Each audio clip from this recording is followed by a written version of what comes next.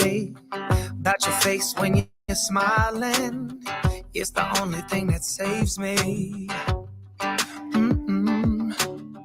Hey, I don't know if I told you that I think you're beautiful. Hello, everybody. And now I can't wait to hold you. Yeah, you pull me up when I'm falling down. Show us where you're from. How I do without Canada. You. Yeah, you pull me up when I'm falling down. Hey, now look into my eyes. You can use them as a mirror, baby. You're my ticket to paradise.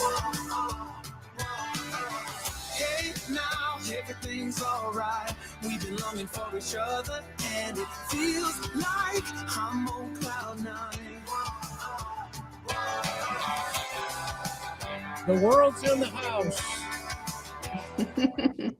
Welcome in, everybody. So great to have you on our Sunday Night Live. Hope everybody had a great Thanksgiving weekend. This is something that I know for sure. It's just something about you. How's everybody doing tonight? Good? It's great to see you. It's great to have you here. The world is here. Man, everybody is in the house tonight. So grateful to have you here. What do you guys think of this music? I love this song. It reminds me of my girl here. And it's good to see everybody. Man, we've got a lot to talk about tonight. We definitely do. And Chris, let's shout out our mods. We have the best mods on YouTube, humbly in our opinion. And we want to give a big thank you to Miss Sophia, Maui Girl, Mimi J2, Teresa M, and Laura Waldy. And also thank you, Wisconsin Cat Mom, for the shout out for our mods and for the super sticker. So thank you so much. Or super chat. Thank you so much. Absolutely. 1,000,000%. We've got everybody in the house. And Teresa's husband, we've been keeping him in our prayers. They've been dealing with some medical issues. So Miss Sophia's here. Laura's here. Mimi, everybody. We so appreciate each and every one of you. Each and every one of you.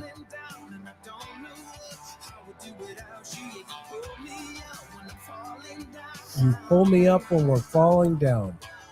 That's a true statement. Virginia's in the house too. Thank you, Toyo Toys.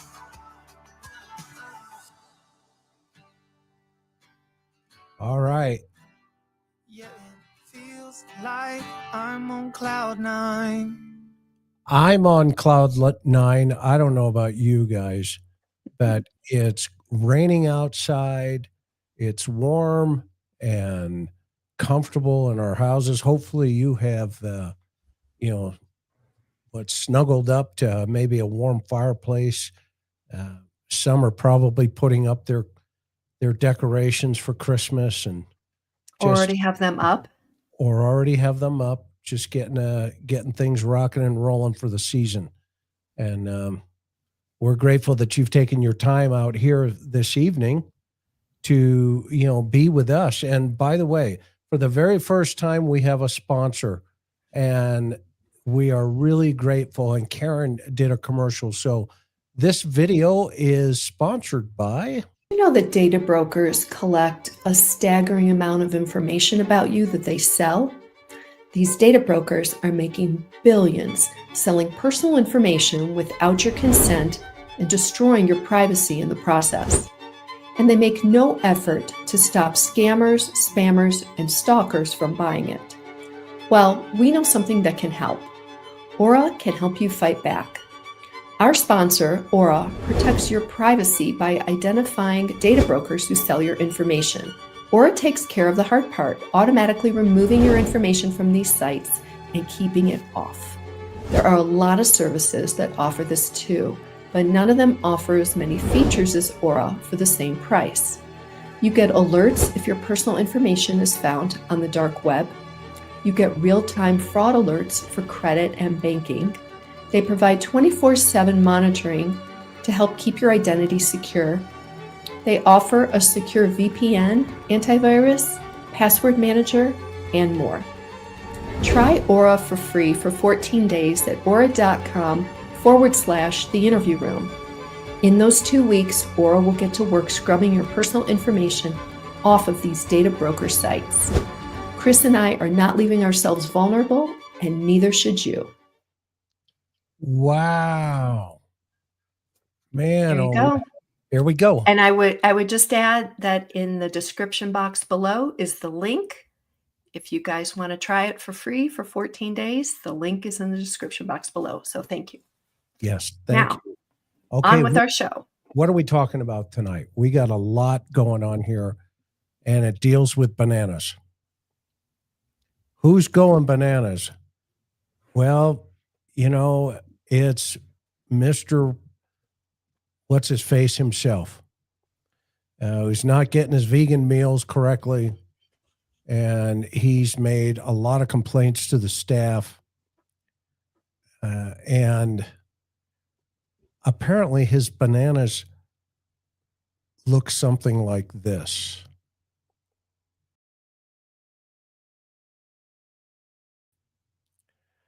Yuck. It can make you never want to have one again. Now, I think this information's really interesting, Chris, and you seem to have a line in, have this dialed in, because this is the second time where you've been given information about what's going on behind the prison walls. And for some reason, I'm reading it all over national, international media has it, articles and stuff and videos. So you seem to have an inside track of what's going on there with him. What can you tell us about that? Well, we know a couple of things. Number one, it pays to be in this business for as long as we have. And it's hilarious, the fact that he went into the prison system thinking he was going to have some real notoriety and some fame, right? That, he's Bryan Kohberger, I've slaughtered 4 people. But apparently, as we had predicted and as we mentioned, and as, the sources that we have shared with us, that they were waiting for him. And he has been really surprised about whether or not they had accepted him. And because they haven't accepted him. And they're still taunting him relentlessly. But isn't part of the problem that he's complaining and making a fuss instead of just laying low and integrating there? Isn't that, it's like a self-fulfilling prophecy in a way, right? The more you complain, the more they're going to call him out and taunt him and torment him. And yeah, do you see it that way? Yep. And that's, I guess, the surprising part for him, right, hon? I mean, he thought he was just going to, slip into the prison system and go, hey, maybe you don't know me, yada, yada. And, they're not putting up with him. He's still in the J block, by the way. He's still in segregation in J block. They can't put him into mainline in the main population. If they end up doing that, the staff is afraid, or they're not necessarily afraid, but they're worried that if they get him into main population, that quite frankly, somebody could, do harm. And so as a result of that, they do not know where to go with him yet. And he is relentlessly talking to the prison, the staff, by writing notes and saying, there's another bigger piece of the story. I can't talk about it right yet. It's going to, because I'm still developing the information, but apparently there's another bigger piece of the story. So until I know for sure, then I'm not going to say. But I can guarantee you he's complaining about all of his food. He's complaining about the fact that the other prisoners are still not letting up, and they're trying to get hold of him. And of course, now the system has to say, okay, well, we have a responsibility here. We've got to keep this guy out of, harm's way, for lack of a better term. And so what they've done is they've kept him in J block. They've kept him in, his own cell 23 hours a day. He gets 1 hour of exercise, and it's driving him nuts. It's driving him crazy. I mean, what did he think was going to happen? What do you think, Karen? I don't think it was thought through. I think the arrogance, the narcissism, the sociopath pathology, I think these people don't think that they're going to get caught. So therefore they never visualize themselves in that environment. Yeah, That's and I'm what I not think. saying I'm still developing the story. I'm saying there's more to the story that I'm working on. Okay. So I understand what you're saying here. The bananas, that's all factual, 1,000%. People said this the last time I said about the guards were taunting him, and the mainline, or mainstream media went and they called the prison, and guess what? I was right. Okay. And I'm going to be right. Yeah, on you're right on. Your sources are 1,000% credible. FOIA and find out yourself. Yeah. Go talk to the prison. If you have information, Go ahead. sources. Yeah, I give them a mean, call. it's legit. Chris isn't going to put stuff out that's not legit. And by the way, that's great. And as long as you're foiling and finding out, I would say apply that to other YouTube creators and ask questions. People who get up on YouTube, which has nothing to do with the story we're talking. I'm going to go off on a micro tangent here. If you're committed to finding the truth, then ask hard questions. Don't let people say, yeah, I've investigated murders before, and never tell you which murders, i.e. they're lying. So great. Yeah. We applaud transparency. We really do on all aspects. So there you go. Yeah, Karen and I never ever have anything ever to hide. We don't ever. And so, we appreciate what you're saying there. And that's why I haven't put more information out, because we're still developing that side of the story. Because you don't want to hear that, right? You want me to lie like other people? I'm not going to do that for you to make you feel good. Okay. We're not here for that. We're here for the truth. And the bananas are the truth. And as well as the other food problems, as well as the other people still taunting him through the vents. And, when we first put it out that they were taunting him through the vents in the toilet, they would yell through the toilet, through the plumbing system. Everybody was like, oh, that, no way, that's no way. And then all of a sudden it was on the front page of every newspaper around the world that, guess what? Bryan Kohberger is being taunted through the vents and the toilets. Okay. And we didn't hear you, by the way, anybody else come back and say, hey, your information was 100% accurate. Way to go. Okay. It just seems like, other things happened. If you really want to do some work, go find out, like Karen just said, about some of these other former cops that said they were homicide investigators. Why don't you go do your homework and find out if they really were? And you know how hard it is? Pick up the phone and call the agency. That's it. Just call the agency. You see this wall of shame back here? Okay. This wall of shame, call my agency and ask them how I got this wall of shame. It takes about 2 minutes to do it, if that. Or you know what? You're not worth your salt in what you say. You're nothing but a hypocrite, and it needs to stop from your end, not mine. I don't care personally. And you're right. We have the greatest mods on YouTube. 1,000%. And thank you, Wisconsin Cat Mom.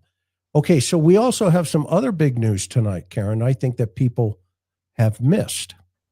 Go ahead. Yeah, no, it's maybe some of you have heard this a little bit. It was right in front of us, and we'll show you what we mean by that. But BK, oh, I thought we were going to go to the other part. I thought we were going to talk about the footnotes, but we can talk about that real quick and then No, go to the footnotes. we'll go to the footnotes. Okay. 30 seconds. Okay, well, first of all, everybody said, well, we were the first channel, YouTube channel, because we believe we have a responsibility to always tell the truth. Okay, that's number one for the families and for those who come to our channel. We take this very seriously. So we were the first channel to say, did you hear what Hitler said about an appeal? Is it possible? And Hitler said, well, we all know, and if you go back and listen to the sentencing, okay, if you go back to the sentencing, he said, well, we all know you can't really say he can't get an appeal. Okay. We were the first channel to say, and by the way, can he ever make money off of anything that he's going to say going forward? And tens of thousands of people said, no way, he can't do it. It's impossible. Okay. However, if you look carefully of what the judge said, Karen, what's going on here? Well, I don't have my glasses or readers on right now, so I can't even see that. You're going to have to blow that up. Okay, hang on. Blow it up. Okay, while you're doing that, so this is actually Judge Hitler's, this is what he filed about restitution. So this is a 6-page document where he is talking about the plea deal is a contract and what BK has agreed to pay for restitution. That's the overarching idea of this 6-page court document that Judge Hitler filed. We found what was extremely telling are these footnotes. So this is on page 4. Chris, why don't you go ahead and read this? And these are footnotes because he's making comments further up on the page about restitution and matters related to that. But within it, he dropped a pretty good size, it's not really a bomb, but and it went over everybody's head. It went over a lot of people's head. I heard one or two other creators mention it, definitely. And I mean, we could do just a whole show on this alone. So go ahead and read it. Okay, so bullet point 4, it said State's Exhibit 3 filed with its reply brief demonstrates that defendant received several hundred donations totaling $28,360.96 while incarcerated at the Latah County and Ada County jails. According to defense counsel, many of these donations came from defendants' family members. Number 5, although the state is correct that restitution orders can be recovered as civil judgments, they are not payable from an escrow account established under IC 195301 because they are not monies judgments recovered from a civil action, which is required under 195301 subsection 1. Thus, any media contracts defendant enters into would not be a source of earned potential for restitution purposes. So what's going on here, Karen? So I read that would not have to pay restitution if for earnings on media contracts. How do you read that, Chris? The same. Okay. Absolutely the same. So that means if a media outlet pays him for his story, what in a book, TV movie, whatever, that he, number one, would be allowed to do that and earn money, and it would not go to the restitution. It would not be like restitution repayment. Right. That's what we're reading. So look at number 6 here. Now, the priority of payments is such that monies paid by a criminal defendant are applied in a way that restitution is ordered and honored before most other items. So if he makes something, what the judge is saying here, he can make money. However, if he does make money, the first place it's going to go to will be the priority of payments. Where does it go? It goes, first of all, it has to go towards the restitution in the order. So whatever that amount is, okay, whatever that amount is, if let's say it's $300,000 to the family, that $300,000 first goes to the family. But if he's made $1 million, $700,000 goes to him. And here's number 7. In addition, defendant is not entirely correct that he will be unable to profit from media contracts by operation of IC 195301. Pursuant to subsection 3 of that statute, any leftover funds in the escrow account must be paid over to a defendant upon showing that 5 years has elapsed from the establishment of the escrow account and that no actions are pending against him. IC 195301 subsection 3. Thus, the statute leaves open the potential for defendant to receive money from media contracts in the future. That one sentence is chilling. That one sentence really seems, it just doesn't, on just a human level, it doesn't seem right. It doesn't seem right in my mind that somebody could slaughter 4 people and be locked away for 4 lifetimes in prison and yet make money off of their premeditated, pre-thought out, evil, horrific scheme. It just doesn't seem right. It doesn't seem right. So let me read that last sentence again. For all the people that have been saying he can't make any money no matter what. Okay. The judge has made it clear that is not the case. The judge has said here, thus, the statute leaves open the potential for defendant to receive money from media contracts in the future. So here's where this goes. If a media company steps up and says, Bryan, we're going to give $1 million to your family, your sister, your mom, your dad, all your family members. You tell us your story as an exclusive. Now, if the account for the restitution to the 4 victims' families and for court proceedings and all the other expenditures from the state of Idaho,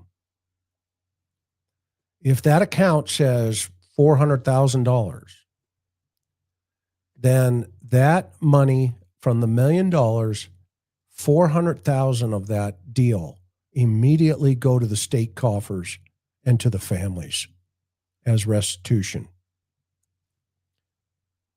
However, again, let's reiterate, the balance of that deal, even if it's Bryan's family making a movie deal, if it's a $2 million movie deal or book deal or any kind of deal, he keeps the balance. He keeps the balance. Okay? That's what the judge reminded everybody in the courtroom about, and it was so subtle that it got put in the footnotes of the order. And just to make a point clear, somebody in chat said, what's wrong with the judge? It's not the judge, it's Idaho law. The judge spelled out how this is all under and according to and allowed by Idaho law. Yeah, and here's the number here. It's $251,227.50. That's, criminal fines and fees, et cetera. So he'll have to pay that first, and then it would be restitution to the family of $31,964. All of those numbers would add up, okay? And all of that stuff would be pulled out first. That's what this order is all about. That's why Ann Taylor went to court to argue that, look, let's talk about restitution for a moment. And the judge, while giving the order of the court on how it's going to work, Bryan, you're going to have to lose that $28,000 because you have to pay the family and the courts first. But then he reminded everybody, just like he did during the sentencing, when he says, well, you guys all know an appeal you can never really say there can't be an appeal. Okay? You can't really say that. Okay?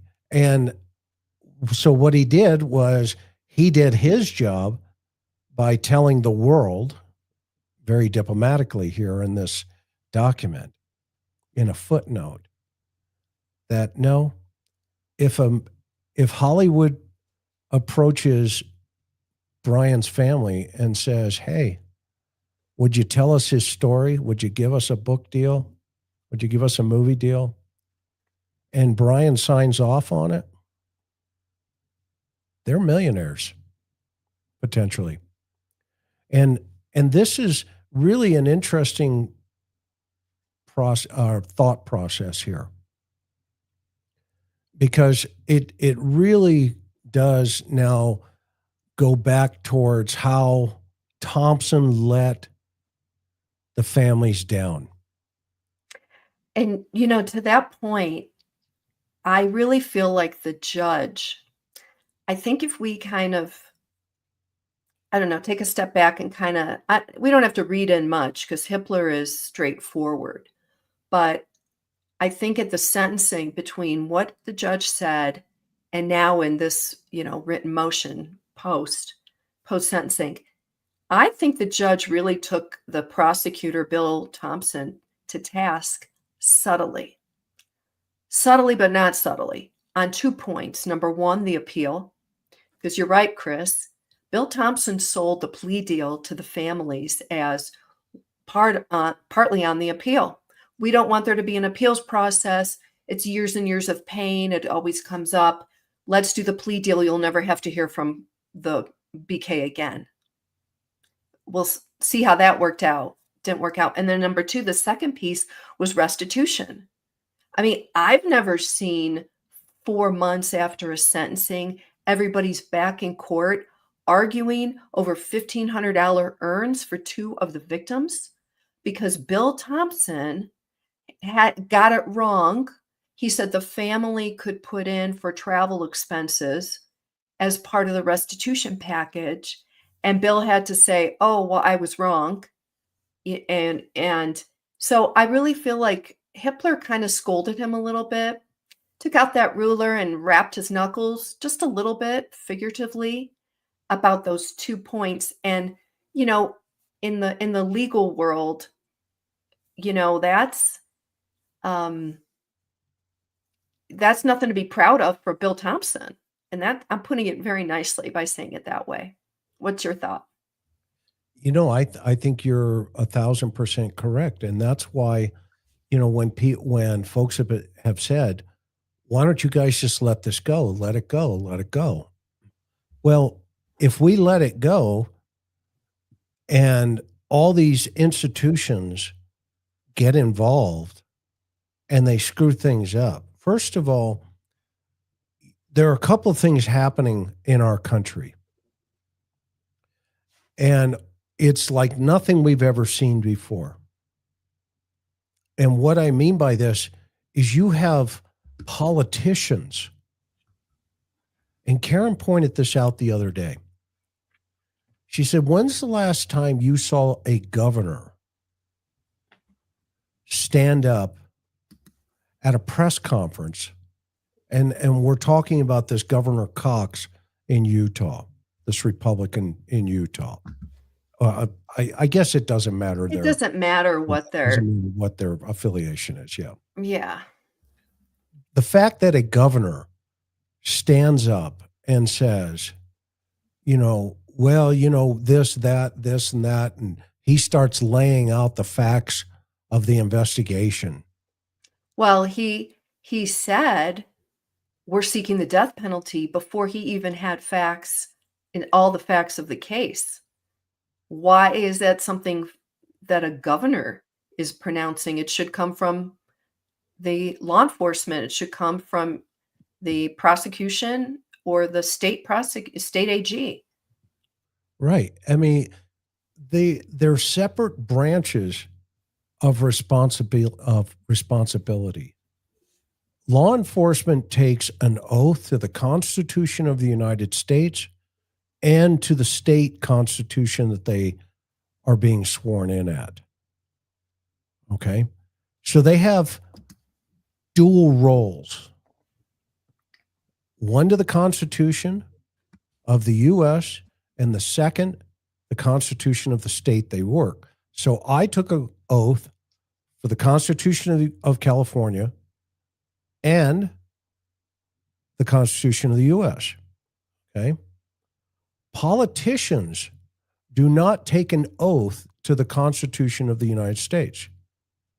They take an oath to their state, to their city, to their county.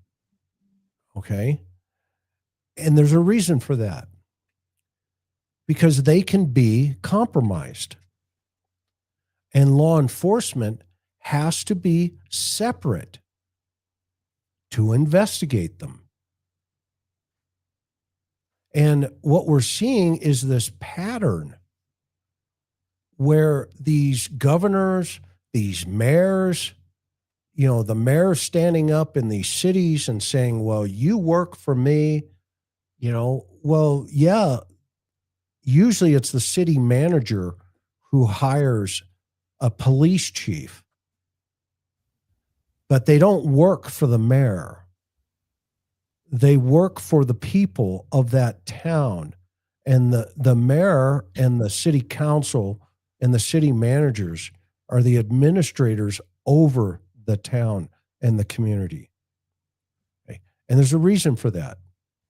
Because if you get a dirty mayor and you're the police chief and he finds out something about you and you come over to his house and say, if you tell anybody, I'm going to fire you, then that's called corruption. And it's really interesting to see what's happening in our local level police chiefs across the country. Why is this important? Go ahead, Karen. Well, yeah, and of course, in this case, we've been reporting since the beginning that the Idaho governor, Brad Little, as soon as these murders happened back in November 13th, 2022, he all of a sudden pledges $1 million to help with the investigation. Okay. Well, wait a minute. Is he doing that for other murder cases? I get it. This is extremely high profile. 4 amazing, young, beautiful college students lost their life off campus. So we hear a pronouncement from him on this case. And then we've reported, and we're going to talk a little bit more about that in a little bit. He pledged, so Governor of Idaho pledges $1 million that goes to the University of Idaho. That's a whole separate thing. You guys already know how we feel about that. Outrageous. And the University of Idaho doesn't have to report publicly where that money was spent. We've been trying to get that information for, I don't know, 2 years now, and we've been shut down, which, by the way, is taxpayer money. And then another $430,000 of the governor's emergency fund, all for aspects of this investigation. Now, we're not saying that the Idaho college student murders isn't. Yes, it was so horrific and just so on such a large scale, especially for such a small town. But we're now, to Chris's point, we're now seeing a trend of governors, elected officials standing up and getting involved, putting their noses in these high-profile homicide investigations.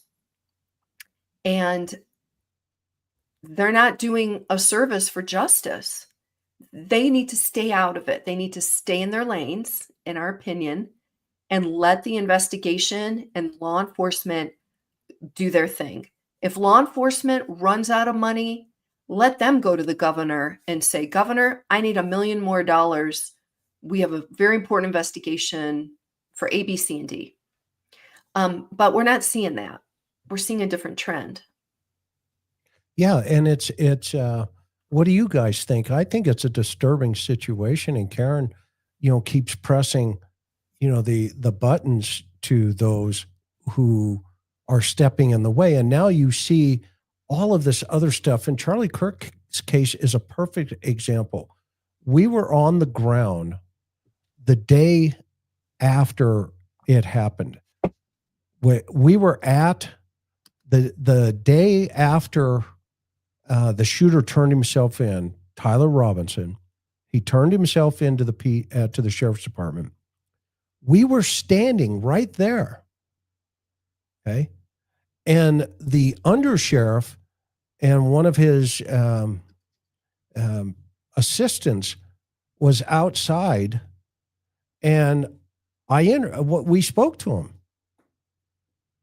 And he told us what happened, that the kid, met with a family friend, his mom and dad, got hold of this friend who was a former law enforcement officer.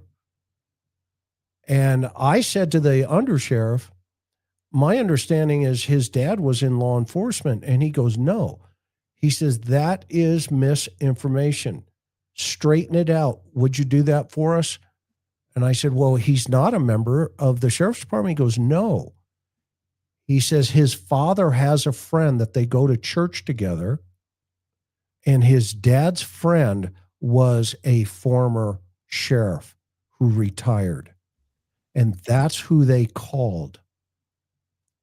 And so Tyler's dad calls his friend on the phone and says, my son, they patch Tyler into the phone call.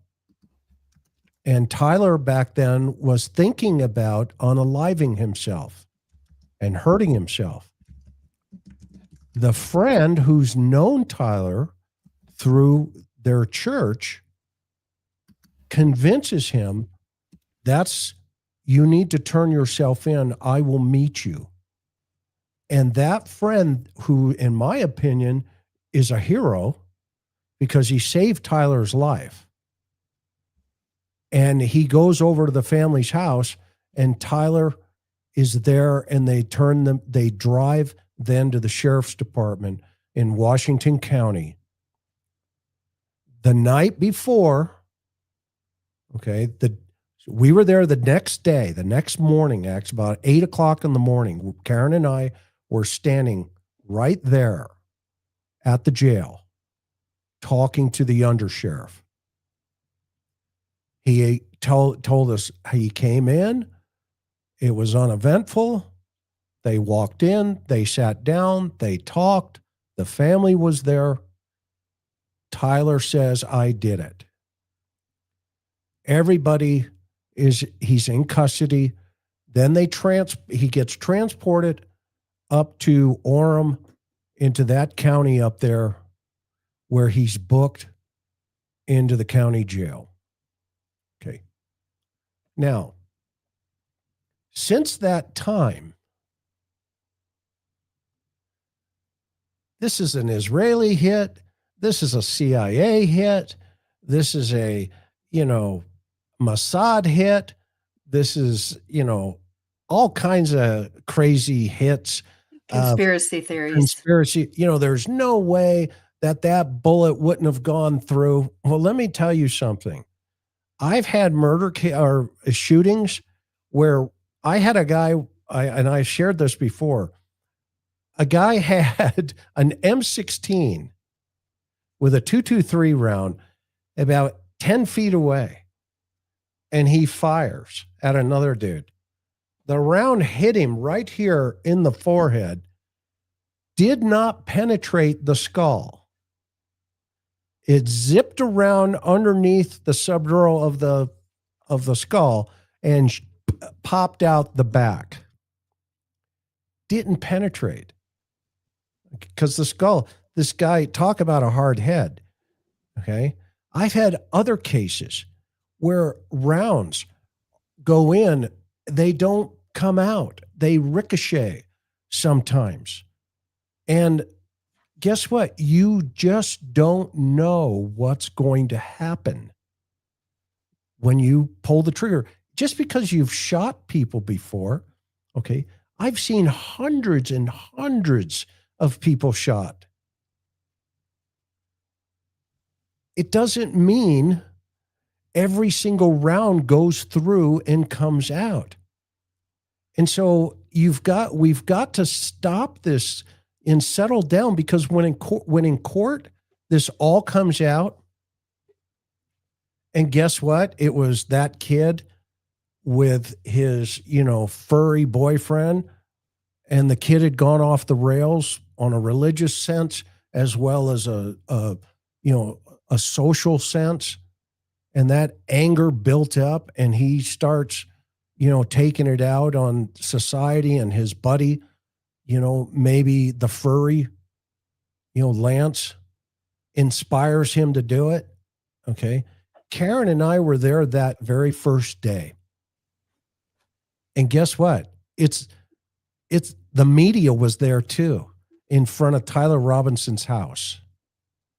Now, if this is a conspiracy by the federal government or the Iranian government or any other government, you can say whatever you want to say. Okay. But don't keep going down those rabbit holes with innocent people's lives. I think the larger point we were getting at by even bringing that up, because we are, on topic, off topic, whatever, but, it's all true crime. But the point was the Utah governor, inserted himself early in the case. Let's be honest, by holding a press conference. Even he could have had the best intentions. I'm not even offering an opinion on that, by saying we're going to seek the death. We have the death penalty here in the state of Utah, and we're going to seek the death penalty. That is a politician inserting them into a law enforcement investigation. Just the simple point. And we're making that point by saying the same thing was done in Idaho when Bryan Kohberger killed the 4 college students, Kaylee, Maddie, Xana, and Ethan. Early on, the Idaho governor stood up and said, I'm dedicating $1 million for this investigation. The point we're making is that we are now in a time where this seems to be a trend that is starting, And we're calling it out. We're saying it is a disturbing trend. It's not that we don't want our politicians to support law enforcement. It's not what we're saying. We're saying there's a time and a place, stay in your lane. And obviously, Chris is a huge proponent of let law enforcement handle the investigation. Look, these homicide cases, this isn't like anybody can do them. They're delicate, they're complex, they are intricate. Nothing is a slam dunk.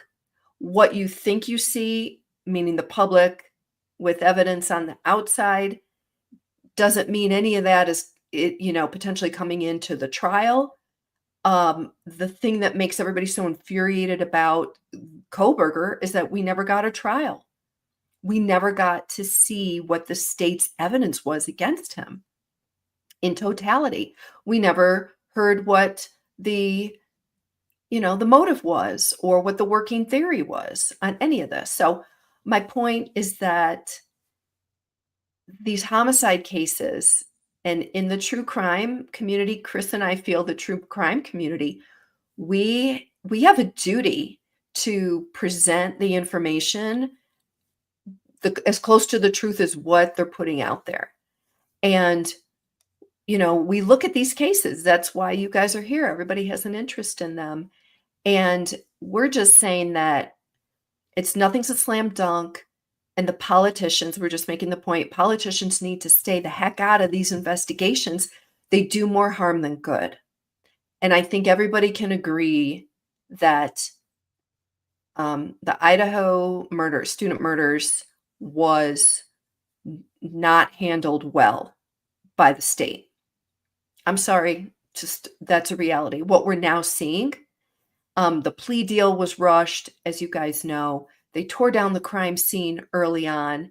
The University of Idaho, another group of politicians, in my opinion, Scott Green runs a for-profit business, a multi-billion-dollar, not million, billion-dollar business. And when this thing went down, our state universities. Remember when this thing was going down, they wanted to buy University of Phoenix. And so they had a deal going simultaneously, a multi-million-dollar deal going that could have impacted the revenue stream of the University of Idaho when these 4 victims were killed. And so, I didn't mean to interrupt you. So finish your thought, but no, I'm just on my soapbox about it. But the University of Idaho inserted itself in this investigation, and guess what? At the end of the day, it got foobarred, politely said, as best I can, and it never went to trial. And now everybody is like, oh wow, the victims' families still never got their day in court, still never got all the information, still have a lot of questions unanswered. And so we're going to continue to do what we're doing. We're asking questions. We're lifting up the rug, if you will. We're diving into the files. We started with some of the financial records to let everybody know. And, we can get to that point in a few minutes. But, we started the show talking about the fact that Kohberger can make money off of his crimes sitting in prison for the rest of his life, which is disgusting. I'm sorry, it's a horrible thing to think about. And then the money spent by Idaho taxpayers for the whole thing, and we don't even have a full tally. We have bits and pieces. So, these are things that the community has a right to know. And I don't think they're getting told this by their local media, maybe in drips and drabs a little bit, but it's hard to get your arms around all of this. And, again, we don't have answers. We never got a trial. And, they're still dripping out the information in little bits. Yeah. And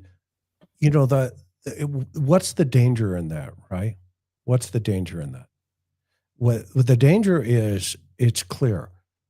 Politicians are not the police. That's the bottom line. They're not the FBI. They're not any of that stuff. And we'll just use Charlie Kirk again just for a second, because that's going to be the next case that's going to be huge and, all over the place, right? When that trial, and that will be years down the road, quite frankly. Okay. But here's the deal.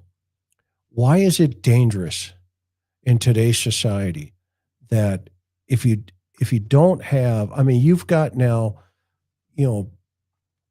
snipers coming in and saying, yeah, the guy there's no way that round came from the front. He was shot from the back, he was shot from the side.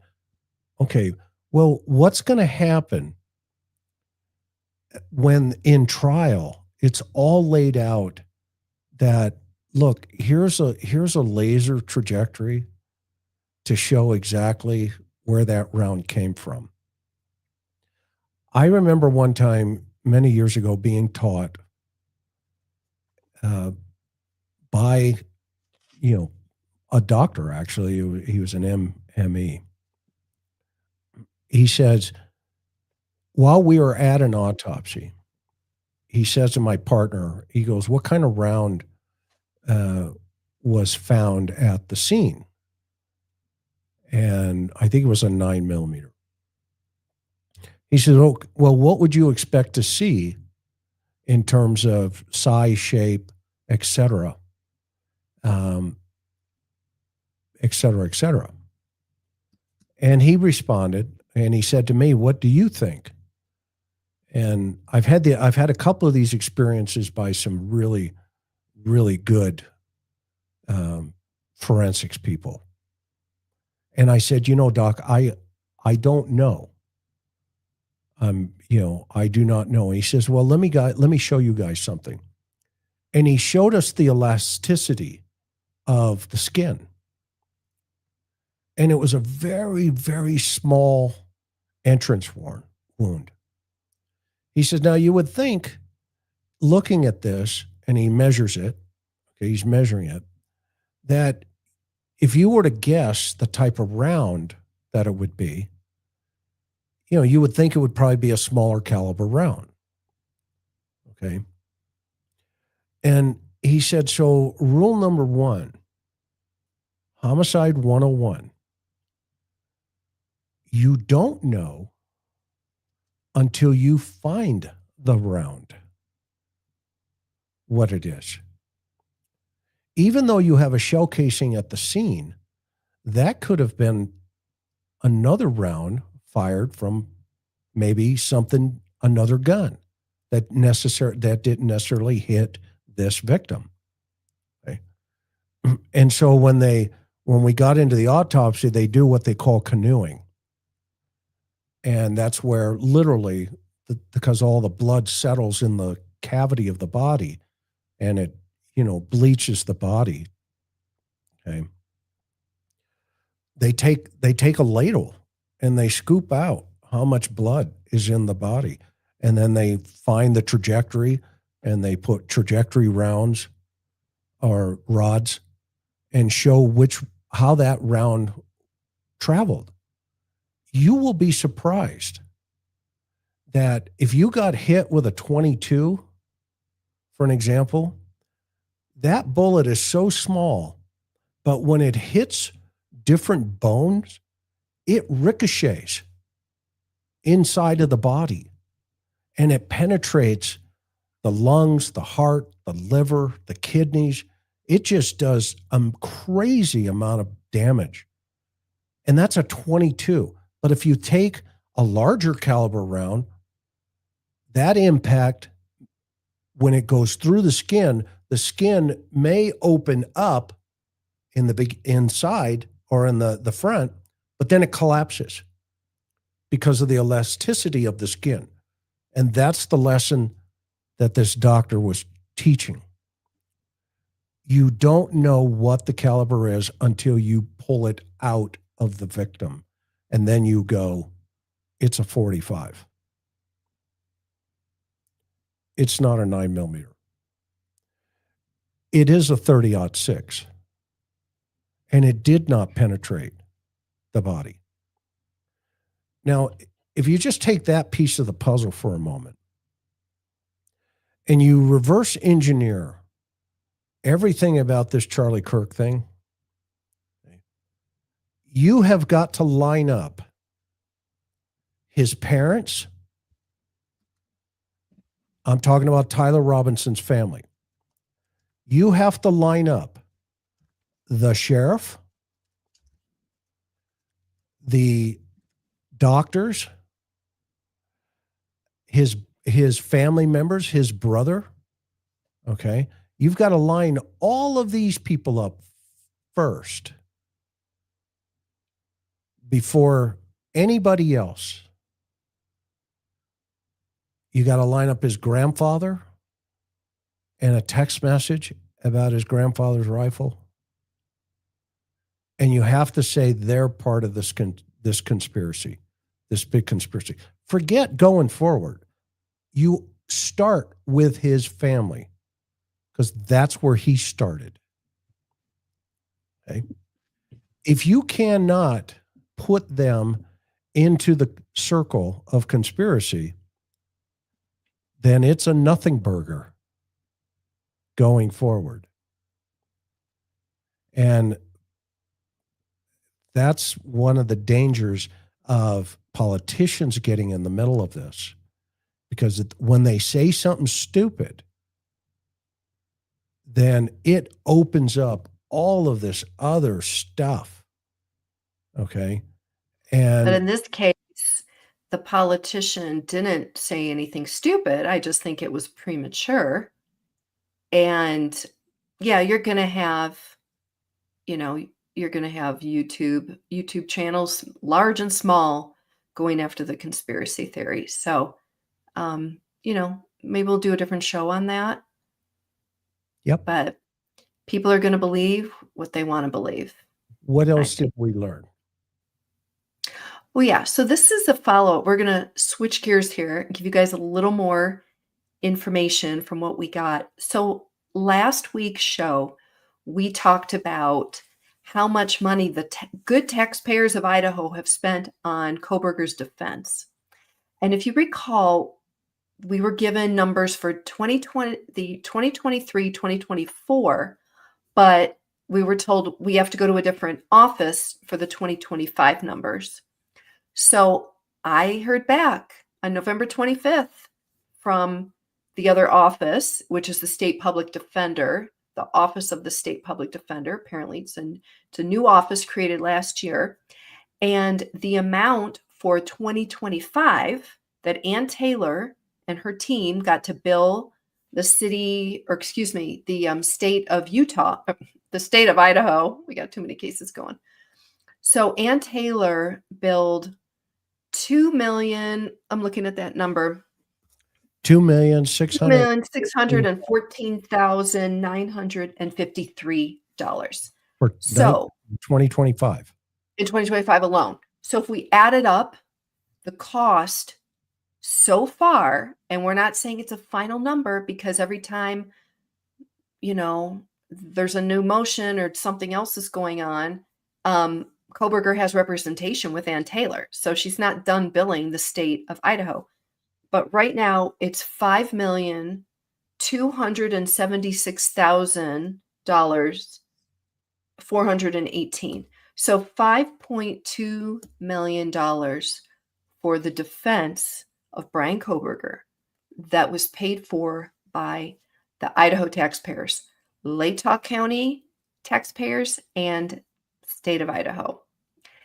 So why do people care? Why is this important? Why is this something we're even spending any amount of time on?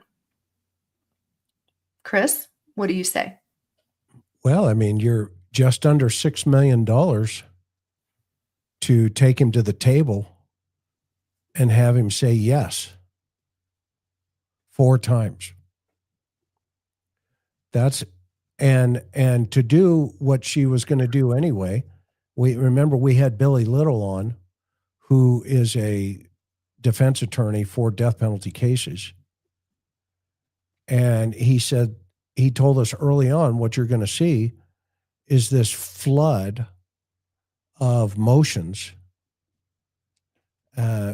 which, a death penalty certified public defender is going to do. But in Ann Taylor's case, she was working with one of the victim's family members, Xana's mother. She quit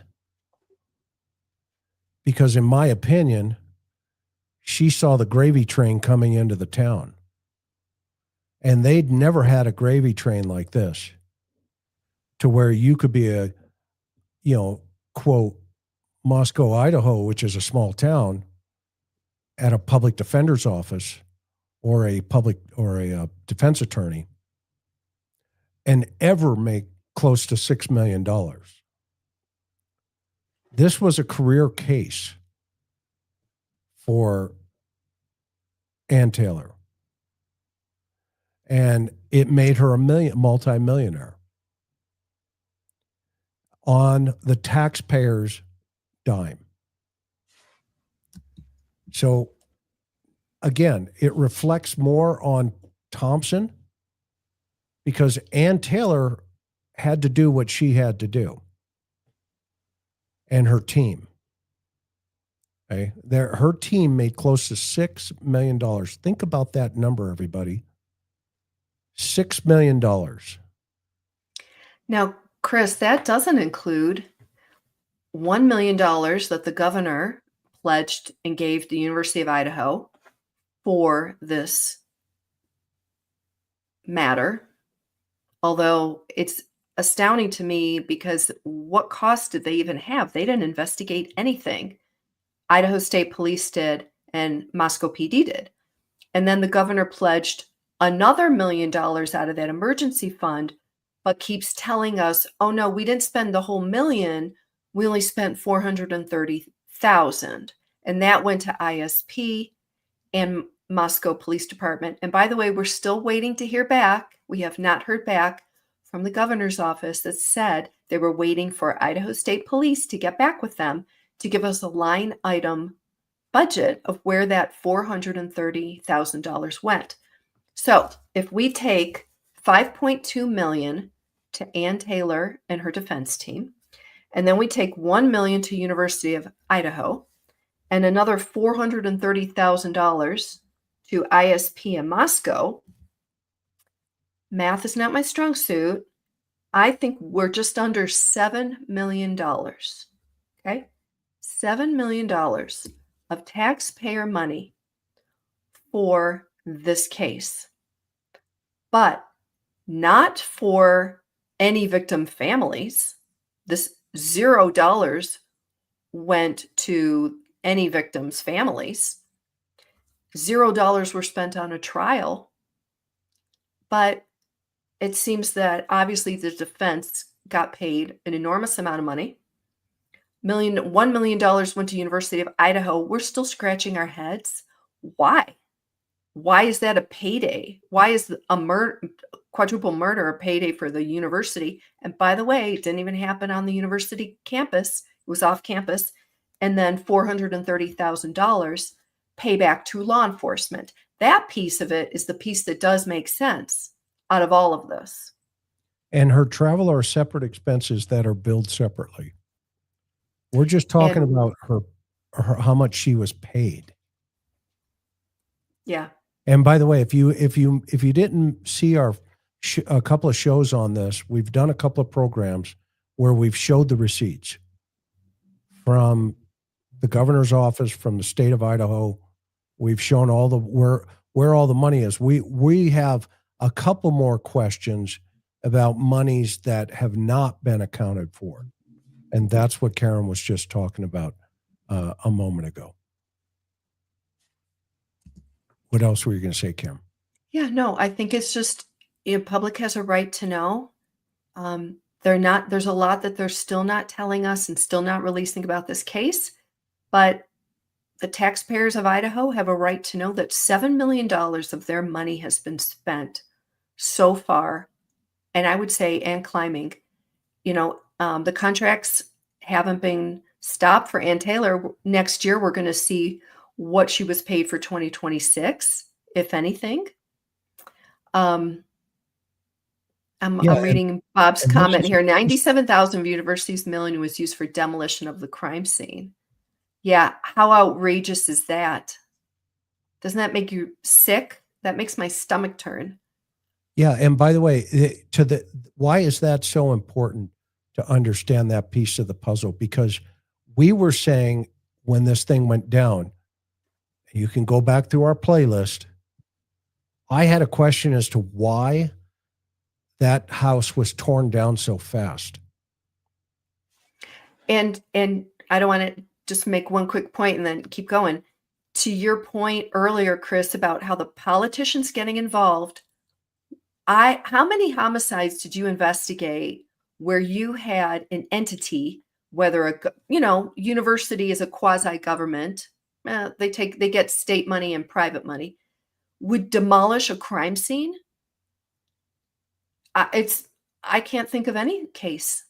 No, Can you? no. It's outrageous. Talk it- about interfering in a homicide. Yeah, it's like it was like a mind under, it just spun us all, anybody that understands the forensics aspect.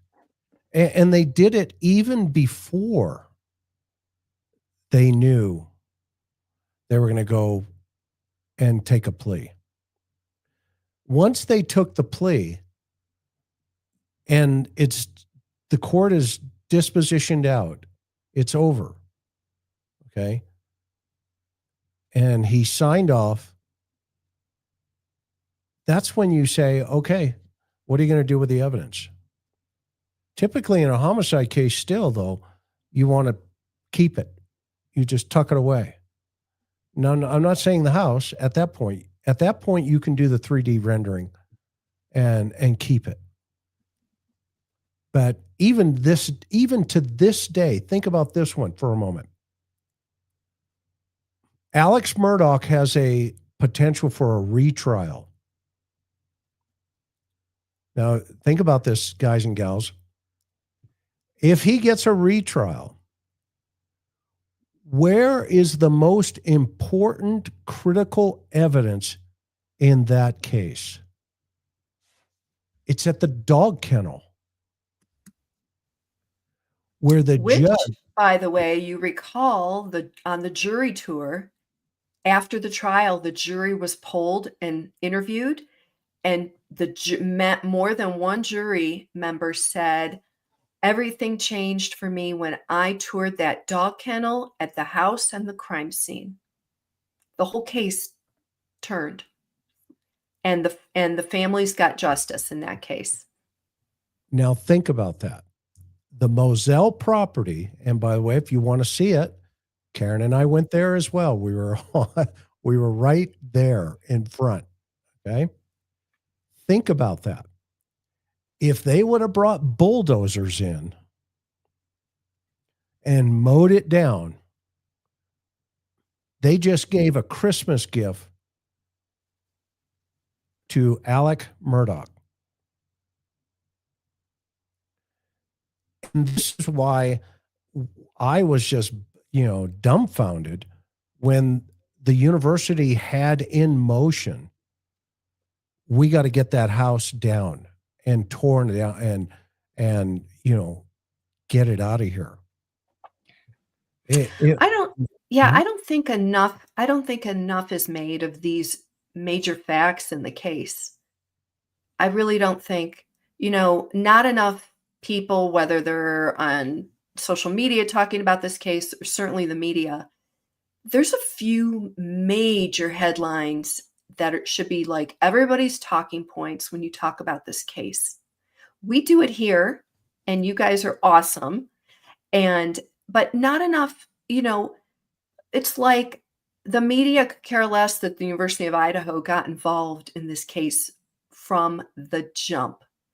They don't mention that the University of Idaho president wrote a book with a whole chapter about the murder, spilling the tea on his involvement, on his staff's involvement, working hand in hand in the early hours of the investigation with the lead agency, Moscow PD. Are you kidding me? Not enough is made that the crime scene was torn down. It's like, people, just kind of want to talk about the plea deal and move on. But there were so many factors in this case. You could write a manual of what not to do on a quadruple homicide investigation just from what they did. Yeah, there were there were a lot of mistakes made, and I'm not saying they were intentional. I'm just saying that they were out of their league, and and I'm not also saying that I could have done a better job. I'm not saying that. I'm just saying from the jobs I have done, I saw so many mistakes. It was unreal. And go ahead. And then at the end, after the hasty plea deal and the sentencing, then the top players have the nerve to go on a media tour congratulating themselves, patting themselves on the back. How about a little humility? How about an after action report of an honest assessment? How about listening to the public comment? How about taking any of that in and, and saying, well, mistakes were made and we could have done a better job, or whatever they were going to say. Yeah, their after action, report that says, hey, by the way, these are the things we did right. These are the things we did wrong. Instead, everybody went their different directions. You've got one guy now working for the university, the lead detective. You've got the chief's retired. He went to, wherever he's at with another agency, was going to run for sheriff. Well, three of the chiefs retired. Yeah. They all retired. Moscow, Pullman, and WSU. Yeah, they're all chiefs. That's what they do. They lose touch with the street, and they're administrators. They're not enforcers of the law. And, they administrate. They're pencil pushers. That's what they do. Okay. And I mean, it's no hidden secret in law enforcement that if what sorts you out is the street. The reason chiefs become chiefs is because the street was too tough for them. They couldn't hang with it. And so they worked their way up. Even Vernon said it 2 weeks ago. Vernon Gabert, the guy wrote the book. And he says, yeah, well, you end up fighting internally more than you fight externally. I mean, look what's happening in some of these high profile cases. This agency wants this and that agency wants this and that. And, it's like this. It's like, well, what about the dead people in the house? Who's helping them? Oh, yeah, that's right. It's the lead detective. It's the lead investigator, that guy. And by the way, he or she is expendable if we don't like the way it's going. And I can tell you cases after case, and Karen knows, I was not a real fan from administrators. They didn't like. And I think in this case, if the chiefs would have come out, you can come out post-retirement, talk about anything you want, especially a case that's adjudicated. So they could all come out and make statements. I think the hardest pill for me to swallow, if you will, on this was the Idaho State Police lieutenant, who was a sergeant during Gilbertson, and the new Moscow police chief, who was a commander during the investigation. I'm just thinking back, and we've done shows on this. We've talked about it plenty. The sit-down interview they did with CNN was abhorrent. They didn't say anything. Their body language looked like not just that they were uncomfortable, but they weren't speaking the truth. And it's like if we don't get the truth at the end of the case, after the case is adjudicated, I don't think we ever will. But the question is why? Yeah. Why? It's so easy to tell the truth. They were asked, "What was your working theory?" And the answer was, "Oh, we didn't have a working theory." Well, I don't think that's right. I'm going to call BS on that one. Doesn't sound right. Of course you do. You've got 4 deceased college students in a house. How do you not have a working theory? And it just kind of went on from that. And, I put the blame on them. I put the blame on Bill Thompson, who's again on the media tour, or, he's stopped at now pretty much, but no straight answer, kind of tap dancing around it, very insufficient answers for the public, and more importantly, for the victims' families. And just how the families were treated during the plea deal and after. And now with the information that they are coming out with, like the 2000 document drops, it says a lot. And what we're seeing from going back and looking at the facts and what we're hearing them say, it doesn't add up. Something isn't lining up. What do you say, Chris? I cannot disagree with you in any way, shape, or form, sweetheart, at all. At all. And this is why, we try to, just tell it the way it is. Just tell it the way it is. It's not really complicated, right? And, it's actually pretty simple.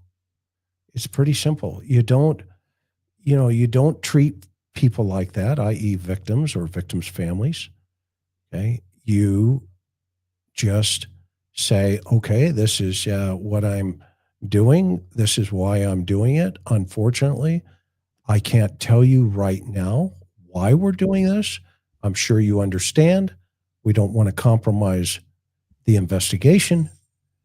And 99.9% of all families, no matter who they are, will say, I totally understand, detective. Can you help us, with something? Anything would help. And you can say to them, absolutely. Let me explain what we're doing and why we're doing it. Okay, what is that, sir? And you tell them. Okay? You tell them. It's not rocket science. And you end up getting more information by having the family cooperate with you, and you cooperate with the family, than if you just go rogue and keep everything quiet, right? It's pretty simple. It's pretty simple. I'm going to find one thing real fast. Give me 30 seconds here. Okay, something to put up. Yeah, that's the other thing.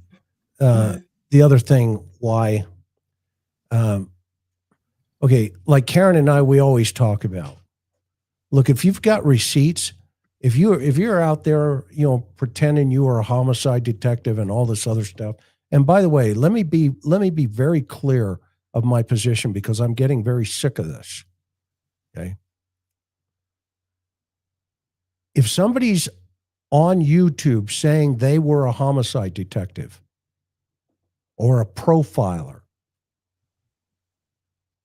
show me the receipts. Let me give you just one simple article where I'm working a triple and I'm trying to find these guys. You see there where my name is highlighted in the newspaper? Because I'm hunting 3 homicide suspects who, by the way, were cartel members. You see my name down there with my phone number to my agency? That's because I actually did the job. And when you get investigators or you get DAs and you get other people like Bill Thompson or the chief who said, well, we had bigger cases. He said that on TV. That reporter should have done a timeout and said, Chief, let me stop you. Tell me exactly what bigger cases did you have? And go silent and let him just wallow in it. What a buffoon. You don't say that. But the media has to do their job. They have to call these people out. Just call them on it. Right. And that's why I'm asking you, YouTube, to do your homework. Okay? That you don't get into the newspaper if your local community in your local area because you're not working murder. Okay? And you don't get into the newspaper if you're a patrol officer who pretends in retirement and you're a reserve officer for an agency and you pretend at CrimeCon that you are a homicide detective. I call BS, and I'm tired of it. And the public is being hoodwinked. Correct. Just like Thompson, just like the chief saying, hey, yada, yada, yada. Because, the reason we're like this, and the reason I'm like this, is because it's stolen valor. And, like Homicide Daughter's dad was a homicide guy in LA. Well, he paid his dues. This guy paid his dues. And I have the same feeling about individuals who do stuff like that.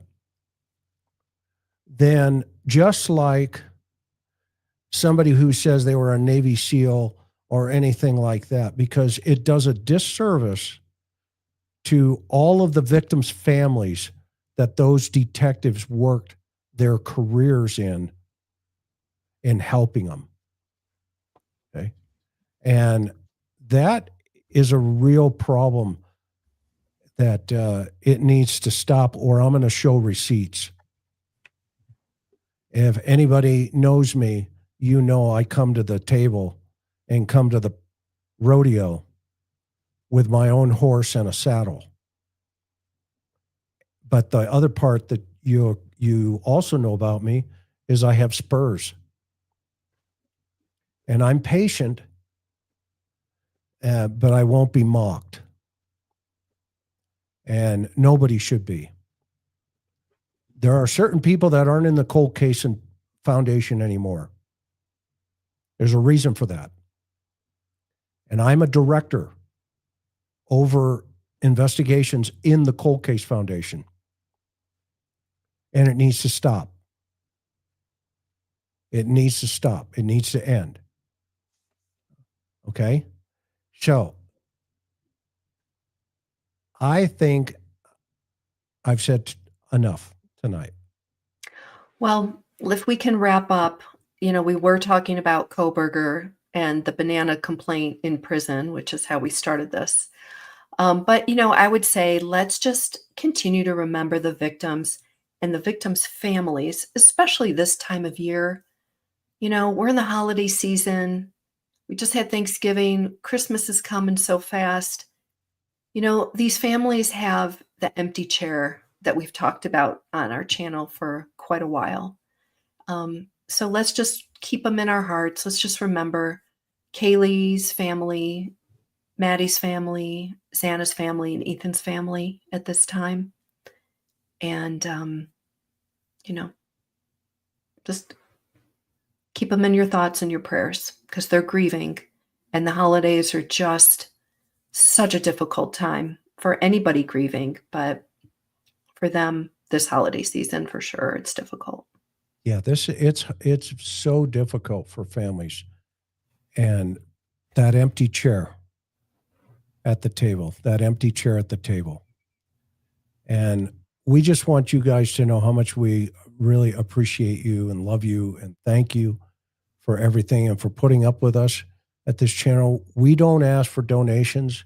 We just ask for one thing, that you put your DNA on that, that thumb, that you subscribe and you hit the bell, and that you share this, and that you do your homework as well, I know you do. We have a great audience, and we've built an amazing family here on the interview room. And it's time to take it to the next level in 2026. We started with 0, and we're at almost 234 now, or whatever it is. We're past 234,000 subscribers. So thank you, every one of you. Thank you so much for helping our channel to grow. We don't say thank you enough for that. We're grateful, definitely. We try to stay out of the mishigosh and all the stuff. We don't do that. But at the same time, we can't do any of this without you. So thank you for being here this evening, and continue to take care of each other. And we're going to do another call-in show probably next week sometime. That was a lot of fun. So aloha, time to go to Hawaii. See you on the next one.